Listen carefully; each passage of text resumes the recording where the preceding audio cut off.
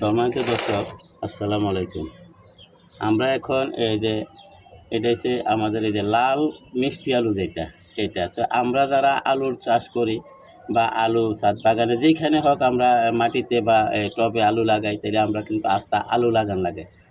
তো আমরা এখন থেকে আর আস্তা আলু লাগাবো না। আমরা আলুর ফুলকার থেকে কীভাবে চারা হয় আপনাদেরকে এইটাই দেখাবো। তো যেমন এইখানে এই যে একটা চোখ দেখেন, এই যে একটা চোখ দেখা যাইতেছে। আমি এই চোখটা একটু কাটতে নিলাম। এই যে দেখেন, এই যে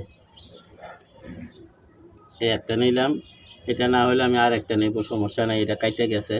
তো আমরা এই যে সিলার পরে যে চামড়াগুলা মোটা করে যে চামড়াগুলা যে এইখানে চোখ দেখা যাচ্ছে, আমরা এইখানেও এই যে আমরা একটু মোটা করে যে